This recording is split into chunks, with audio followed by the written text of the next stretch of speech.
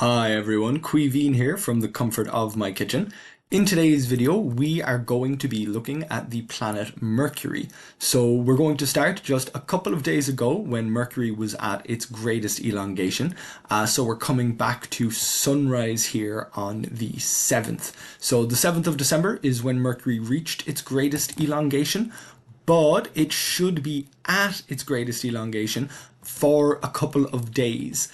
Unfortunately, it's still not in a particularly easy to see location from here in Ireland, but it is at its best condition to see so far this year. This is one of the best opportunities we have to see Mercury. So here we are looking at the 7th, and we can see Mercury is definitely above the horizon. We can go back a little bit here at just 20 past 6 in the morning. It's very low in the sky, but it remains visible, getting higher in the sky. Here it is at 20 past 7 when it's high in the sky, but the sky is still reasonably dark. We're getting some glow of sunrise, but Mercury is pretty much at its most visible. Here we are pushing up to, we'll say 10 to 8, and Mercury is again higher in the sky, but the sky is much, much brighter, and that's going to make Mercury more difficult to see. We can see Mercury just disappearing here from the city at just about 8 o'clock. Mercury will stay visible for longer if you're in the countryside, but unfortunately you won't be able to see it earlier. Mercury is already visible when it comes above the horizon, so it doesn't really matter how much light pollution you have, unless you have sufficient light pollution to block out Mercury entirely. We can see here we're getting about an extra 10 minutes with Mercury if we are in a dark sky, maybe a little bit longer if your eyesight is good, but not by very much. And if we push ourselves all the way back to Mercury's rising, we can see that it is getting extincted by the atmosphere, but the same thing here about 20 to 7 or so is when we're going to get Mercury into the sky. This is Mercury at its greatest elongation. We're seeing it just here on the 7th. If we move forward a couple of days, we can see Mercury getting lower in the sky, and a few days after that, we can see it significantly coming back in towards the sun. So there we are on the 24th, and Mercury is still not risen, or I guess without the bushes, maybe just risen at about 20 to 8. So about an hour of a difference. If we move back to just before the greatest elongation, we'll see that Mercury does get a little closer to the sun, but also higher in the sky. So we can see here on the 2nd of December, that's about as far from the horizon as we'll get to see Mercury, but it's not as far from the sun as we'll get to see Mercury. So this means that Mercury does rise at different times and stay visible for different lengths of time depending on where it is around the sun. And this position around the sun, its greatest elongation, isn't necessarily its brightest. So we can see here its magnitude negative 0.39. If we move back in time, we can see that magnitude going down, and if we move forward in time, we can see that magnitude going up. So because this magnitude is going up, that means Mercury is going back around the back of the sun. This is something we can double check by taking a closer look. So we'll come forward to just the 1st of December, and we'll zoom in on Mercury. We should be seeing, here we go, less than half of Mercury.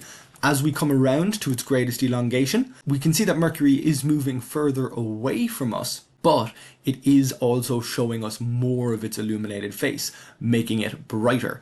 As we keep moving forward, we can see Mercury is getting further away from us. It's going around the back of the sun, but it's now up to magnitude negative 0.53. So Mercury is continuing to get brighter as it gets further from us because we're seeing more of its face illuminated.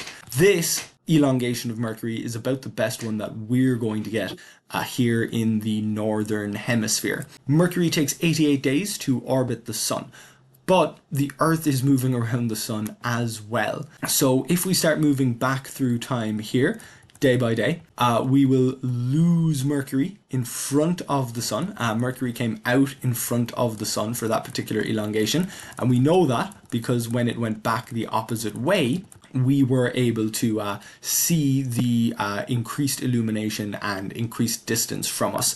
We're going to get rid of the atmosphere here because of course the sun is up, so we won't be able to see Mercury normally.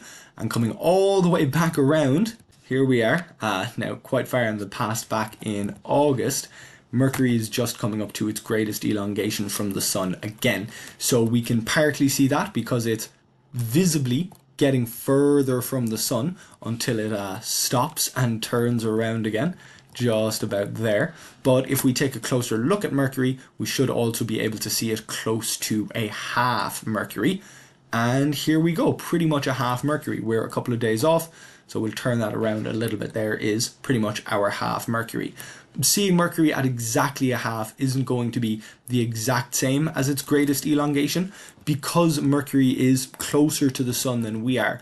When we're seeing half of its face illuminated, when it's making about a 90-degree angle between us and the sun, it should be, just a little bit off of its greatest elongation. So we can see it there continuing to move forward before it turns around those dates. But here we are, roughly, looking at Mercury again now back in August. We'll bring back the atmosphere and we can see that it isn't visible. Moving down, it comes back into view. But we've traveled over 100 days to get from early December back here to, mid to late August. So this is because of our motion around the sun as well, compounding with Mercury's motion around the sun. So even though for Mercury in a given location, it takes just 88 days for it to get the whole way around the sun, if we're also calculating where it appears to be in the sky, for us, it's going to take closer to 100 days to come back to the same relative position, thanks to our motion around the sun also being a contributing factor. So we're coming all the way back around here to the 7th of the 12th. It's going to take a little bit of time, but we can see that we're looking under the horizon pretty far here, thanks to changes in the sun's relative position based on our tilt and the change in the seasons. So here we are coming up again, and we'll bring Mercury back into the sky. So we're going to see Mercury in and around the same time of year reaching its elongations every year, but we're not going to see it on the same date every year. So just like all of the planets, Mercury is orbiting around the sun on its own schedule with its own calendar.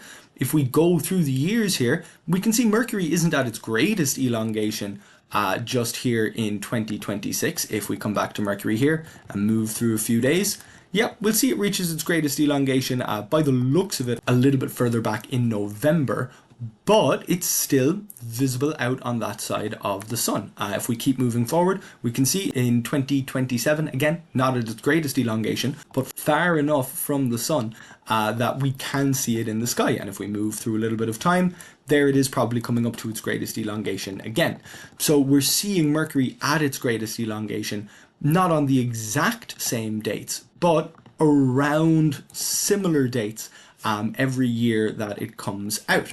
So even though we can't rely on Mercury being in the same position or being at its greatest elongation every year for a given date, we know that every few years, here we are back in 2019, we're going to get an elongation of Mercury somewhere that's roughly winter time.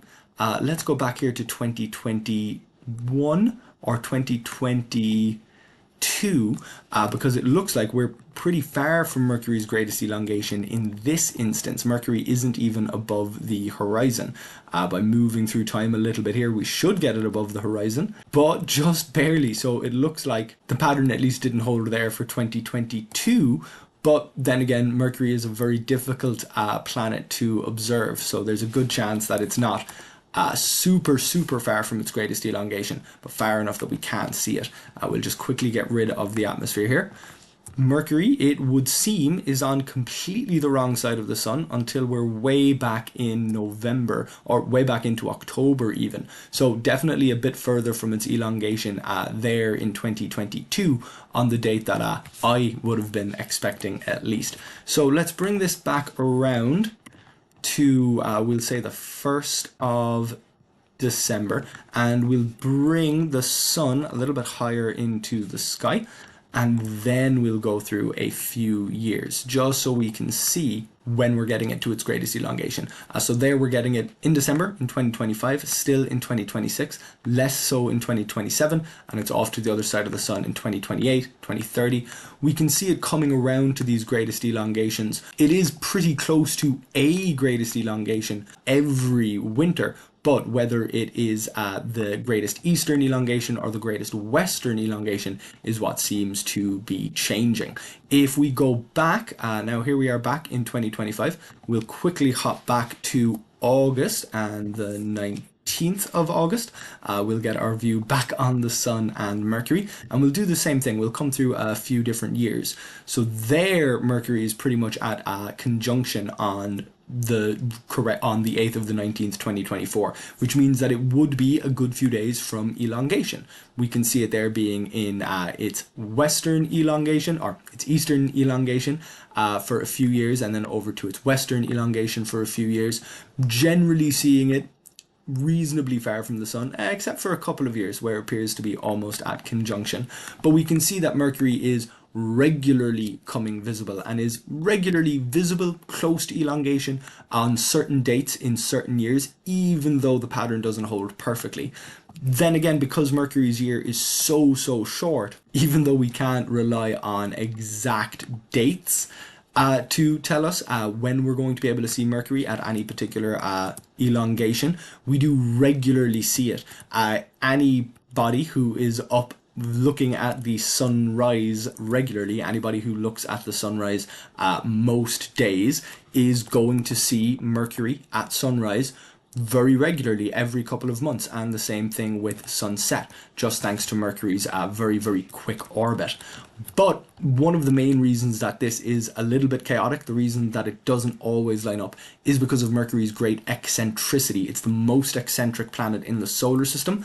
The eccentricity might be over here somewhere, but it's a little bit difficult to see with the colors and the background.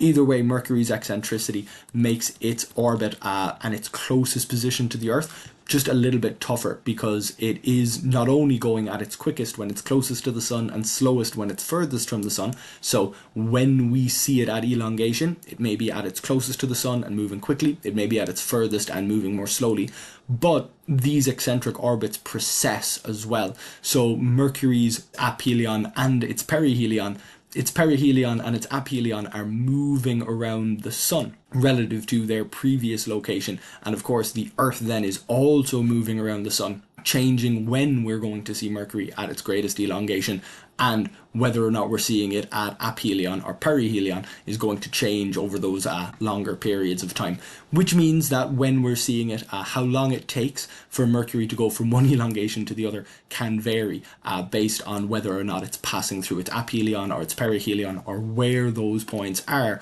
relative to which elongations we're comparing. So that's just a little bit about Mercury, and particularly its orbit and how it appears in the sky. I hope you get to see Mercury this year. We can see here for the 9th of December, and even if we move a little bit further here to the 12th, it's definitely still visible in the morning, though it is the most difficult planet, maybe after Uranus. It's certainly one of the most difficult planets that is visible to the naked eye to actually catch. So I hope you get to catch it. If you enjoyed this video, then please do like it. If you like this kind of content, then please subscribe to this YouTube channel. And if you'd like to read this information, you can head to my website, queevinscontent.ie. Thank you very much for watching, and hopefully I'll see you back here next time.